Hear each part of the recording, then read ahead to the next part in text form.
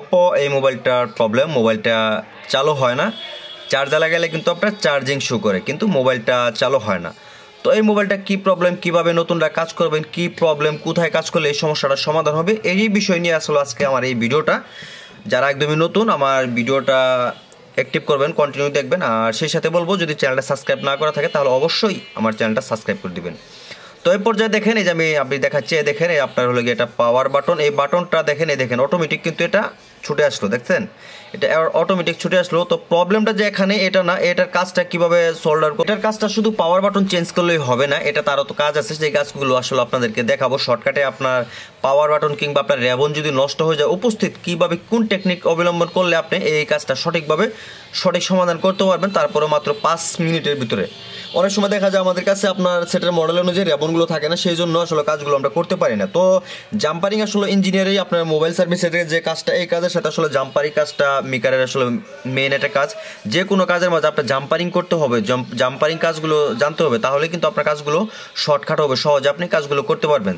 তো আমি এটা দেখছেন রেবনটা কিন্তু নষ্ট, আমি কিন্তু নতুন একটা রেবন লাগাইতে পারতাম। তবে যে মোবাইলটা নিয়ে আসছে উনি বলতেছে ওনার কাছে টাকাটা খুবই সীমিত, উনি রেবনের টাকাটা দিতে পারবেন না, শর্টকাট কম বিলের ভিতরে এটা কাজ করে দেবো। তার জন্য দেখেন এই যে আমি বোর্ডটা খুলে নিচ্ছি, যেহেতু ওনার শর্টকাট টাকা পয়সা কম, আমি ওনাকে কাজ করে দেওয়া লাগবে, এটা উনি চেঞ্জ করবে না। তো চেঞ্জ করবে না দেখে কাজ করতে হবে আপনাকে, কিন্তু লং লাস্টিং কাজগুলো করতে হবে, যে কাজটা ভালো হয় আপনার, যে কাজটা করার পর আপনার নতুন মালটা লাগানোর পর যেই সার্ভিসটা পাবে সেই সার্ভিসটা যাতে পায় সেভাবে কাজটাকে আপনাকে করতে হবে। তার জন্য দেখেন আমি যে একটা রেবন কেটে নিলাম, দেখেন এই যে রেবনের একটা পার্ট আমি রাখলাম আর জ্বালাই দেওয়ার জন্য। দেখেন যেহেতু 2 পিনের সুইচ, এগুলো এক সাইডে জ্বালায় বসবে, আরেক সাইডে বসবে না। সিম্পলি এই কাজগুলো কিন্তু একদম সিম্পল। যে কোনো রেবন আপনার কাছে অ্যাভেলেবেল, দেখবে যে নষ্ট রেবনগুলো কিন্তু আপনার কাছে অ্যাভেলেবেল থাকে আপনাদের কাছে। তো যাই হোক, এটা দেখেন যে আমি এখানে হালকা একটু সোল্ডারিং পেস্ট দিয়ে জ্বালাই করে সুইচটা বসিয়ে নেব। তো এইভাবে কাজটা যদি করেন, আপনার বাজারে যে মালগুলো থাকে তার থেকে কিন্তু অনেক ভালো হয়। এই কাজটা যদি আপনি হাতে করতে পারেন অনেকটাই ভালো হয়। তো দেখেন এই যে আমি এখানে একটু জ্বালাই করে নিলাম, নেওয়ার পর আমি সুইচটা এখানে বসাবো।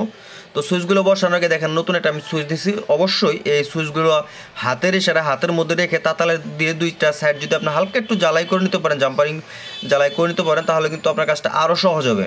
তো 2 আঙ্গুল দিয়ে নখ দিয়ে ধরে দেখেন আমি এখানে হালকা হালকা করে নখের মাথার মধ্যে রেখে হালকা 2টা ফুটা বসাবো এখানে, যাতে আপনার জ্বালাইটা খুব সহজে করতে পারি।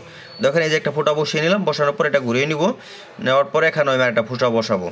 দেখেন এই যে বসিয়ে নিলাম, নেওয়ার পর এখন আমি কিন্তু ডাইরেক্ট ওটা যে রেবনটার টুকরো নিলাম এটার মধ্যে বসিয়ে দেবো। একটা তারও কিন্তু আমি অলরেডি জয়েন্ট দিয়ে নিয়েছি। দেখেন এই যে একটা তার নেওয়ার পর দেখেন এভাবে বসাবেন, আপনার একদম শর্টকাটে এভাবে বসিয়ে নিতে পারেন। ব্যাস, এটা জ্বালাই হয়ে গেল, বসে গেল। এখন কি করব দেখেন, আমি ডাইরেক্ট আপনার যে রেবনটা ছিল, রেবনের মাথা থেকে 2টা তারের সাহায্যে আমি এখানে কিন্তু আরেকটা তার আপনাকে নিতে হবে, লাগাতে হবে। দেখেন এই যে মাথায় আমি আরেকটা তার বসিয়ে দিলাম, ঠিক আছে। দেখেন বসানোর পর এখন এই যে আপনার যেখানে আপনার পাওয়ার সুইচের রেবনটা ছিল, এই রেবনের 2টা মাথায় আমি 2টা জ্বালাই করব। একটু সোল্ডারিং পেস্ট দিয়ে নিলাম, হালকা হালকা একটু সোল্ডারিং পেস্ট দিলে চলে, এগুলা এই যে দিয়ে নিলাম। ব্যাস, 2টা মাথায় আমি জ্বালাই করে নেব। এখন জ্বালাই করার পর আপনার যে কাজটা দেখেন আমি আপনাদেরকে দেখাচ্ছি, এই যে পরিষ্কার করে নিলাম ব্রাশের সাহায্যে। নেওয়ার পর এই যে আপনার সুইচের যে 2টা তার, এই 2টা তার আমি এখানে বসিয়ে দিব। দেখেন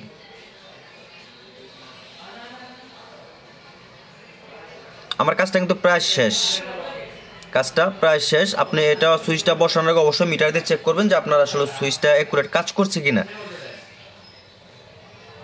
তো দেখেন এই পর্যায়ে আমি বোর্ডটা বসিয়ে নিলাম।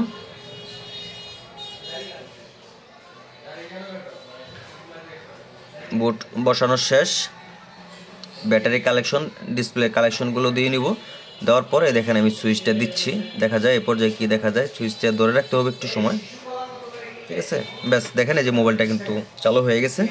এখন শুধু রেবনটা বসে আপনি মোবাইলটা কিন্তু আপনার কাস্টমারের কাছে সেল দিয়ে দিতে পারেন কাস্টমারকে। তো এটা যেহেতু কাজ শেষ,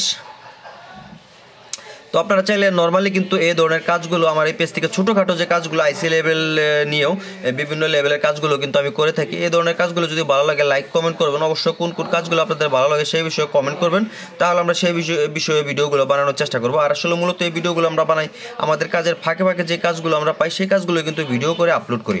ভালো থাকবেন, আসসালামু আলাইকুম।